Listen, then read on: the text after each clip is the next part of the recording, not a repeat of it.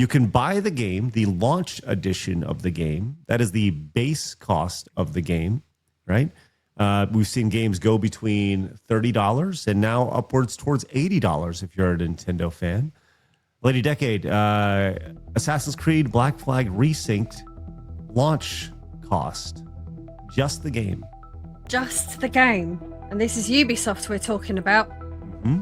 So I am going to say $100. Wow. Okay. All right. Vera, have you seen the I cost? already know the prices. Okay. All right. And Phoenix, have you seen the prices? No, you were saying just the game itself? The game itself. Just the launch edition of the game. Oh, 80. Okay. Both of you have overshot a svelte $59.99 for the launch edition. But whoa. Let's talk about the collector's edition of the game. No, keep it up, Phoenix. Keep it up. It's okay. Keep it up.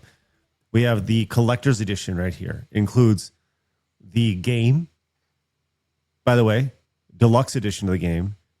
It includes all of this unnecessary crap. How much is this wonderful collector's edition of Black Flag? Lady Decade. Is that a figure? I'm sorry, what'd you say? Is that a figure there? Yes, that is a figure. Yes, absolutely. Okay, I'm going to go in and say $200 then. Ladies and gentlemen, she is correct on the dot. $199 US. No even reason to keep it. You won. Oh, thanks. Congratulations. Yes, $200, and you also get this stuff down here at the bottom, all the digital stuff. When was the last time y'all bought a collector's edition of a video game? I got the Shadow of the Erd Tree one for the Elden Ring DLC. I got the Lego Complete Star Wars in 2022 or 2023. I just got like the whole DLC included on it, but there was no actual real cool shit to it except like the steelbook case or whatever that came with, and it was a total letdown of a game, so sad. Well, this includes a map, a notebook, a steelbook case.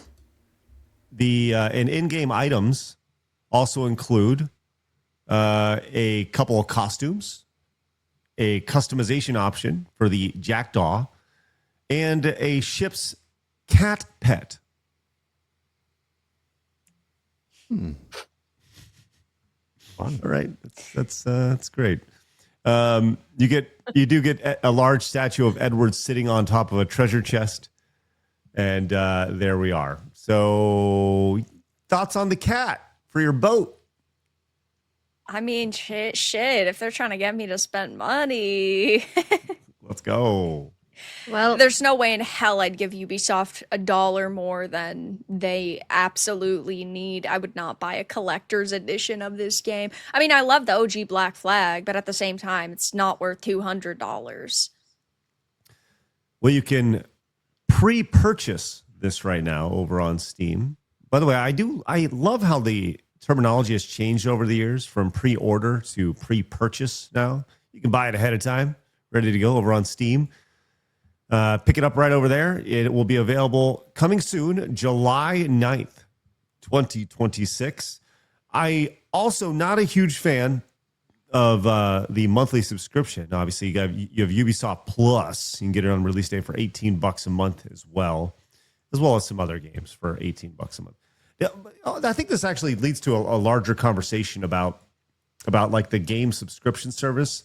When you have Ubisoft Plus, you got EA Plus, whatever. Go down the line, and when it comes to these things, do you think that they're like underselling the value of their games when they have like a flat $18 a month or whatever it is, but you can go out and buy the game for $60, right? They are hoping that you stay on as a member for longer than the cost of the game, the actual retail cost of the game, right? I almost feel like they're devaluing the cost of their game by saying, oh, you can play it for $18 a month, because most people will get through that game in far less than 1 month. I don't know. Am I off base on this? No, and this is a problem that Xbox is facing right now because they are lowering the price of Game Pass Ultimate, but they're taking Call of Duty off of it, and they did cite software sale issues because the latest Call of Duty, it clearly didn't have any sticking power. It's a lot of people have sort of moved on from it, but they were hoping by putting it on Game Pass, well, maybe people will stay around for a couple months. Call of Duty's always been known for being a multiplayer experience, and people love the multiplayer and will put hundreds of hours into it, but I mean, when you're putting it on your subscription and people aren't even playing it or aren't subscribing for that specific reason, yeah, you're just losing out on money because if it's a single player game, yeah, people will finish it in the span of a month. So it is worth paying the $18 instead of buying it for, in this case, $60, but in a lot of cases, $80 when games are brand new.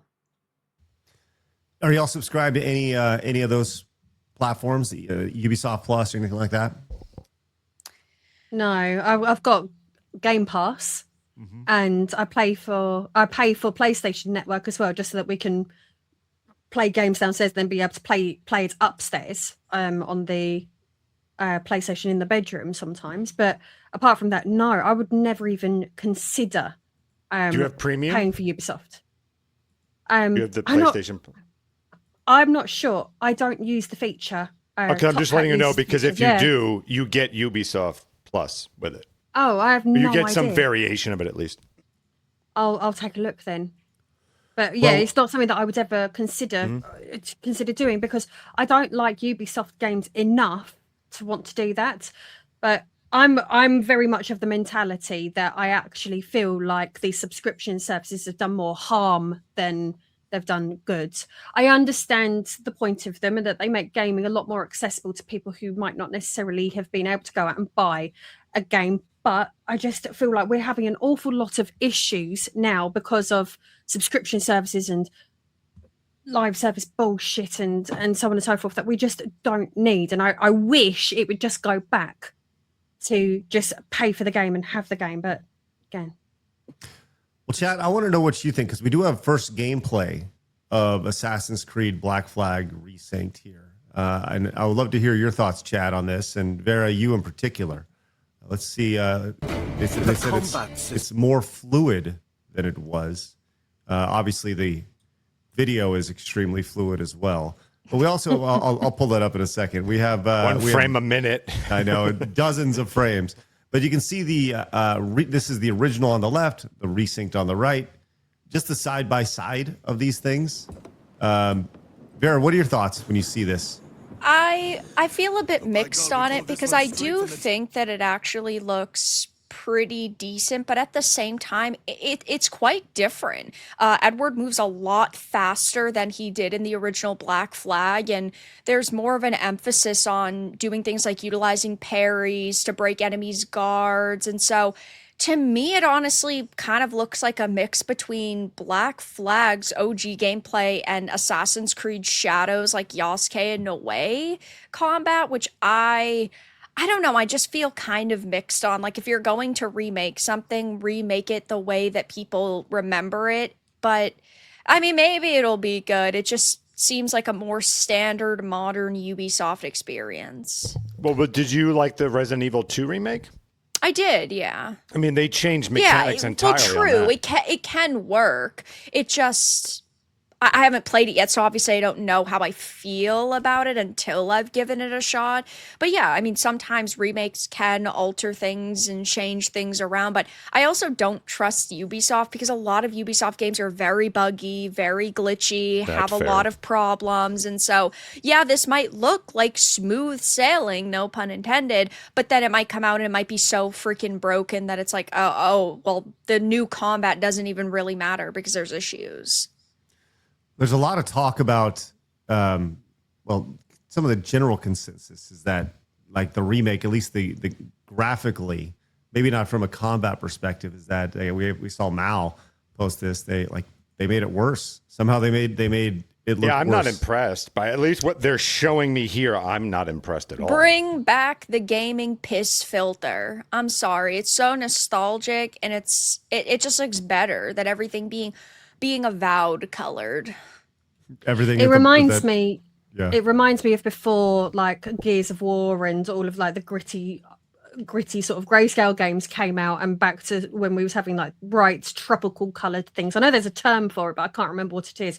Like things like Final Fantasy X with a bright tropical feeling color palettes. And I think I can't remember which Sonic game it was. Don't often meddle with Sonic 3D Sonic games, but do you know what I mean? Like the bright, cheerful colors. And because I've not played Black Flag before, for me, I don't know how it would feel as a first-time player having a go on something like that. But again, to be fair, because it's Ubisoft, I'm kind of really put off it in the first place.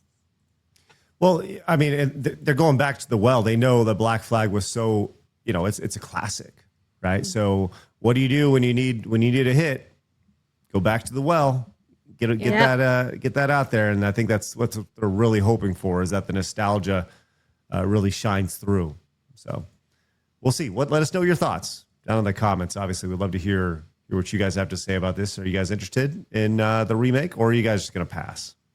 See, I would like to not pay for it because you've got that French consumer group taking Ubisoft to court at the moment, and I would very much like them to lose. So I don't want to give them any money so that they haven't got my money to pay towards legal. Yeah, I mean, fair enough. I'm personally going to play it, and I'll live stream it. But at the same time, as a content creator and as a streamer myself, if I'm streaming my one copy and 500 people are watching and they don't end up purchasing, it's not supporting Ubisoft except for the single sale. People can, become educated on the product before they swipe their credit card. They can see if there's major issues with it, or maybe even if it is something that they want to monetarily support. And, that is the unfortunate part of like the subscription service conversation, because I do pay for a lot of these services simply because I use them, on a daily basis when I'm, live streaming dozens of games, in like a quarter or in a half a year. Last year I streamed I think it was 55 games, so I get a lot of use out of these services. But yeah, I mean,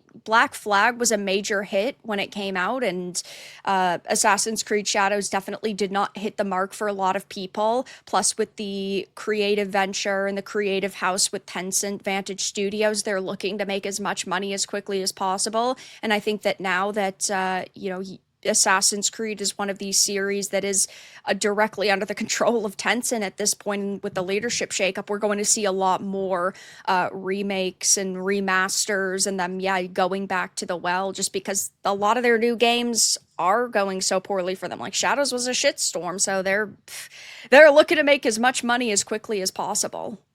This is the problem, though, with keep going back and revisiting old IPs. I think Pragmata's just proved that people are actually hungry for something new.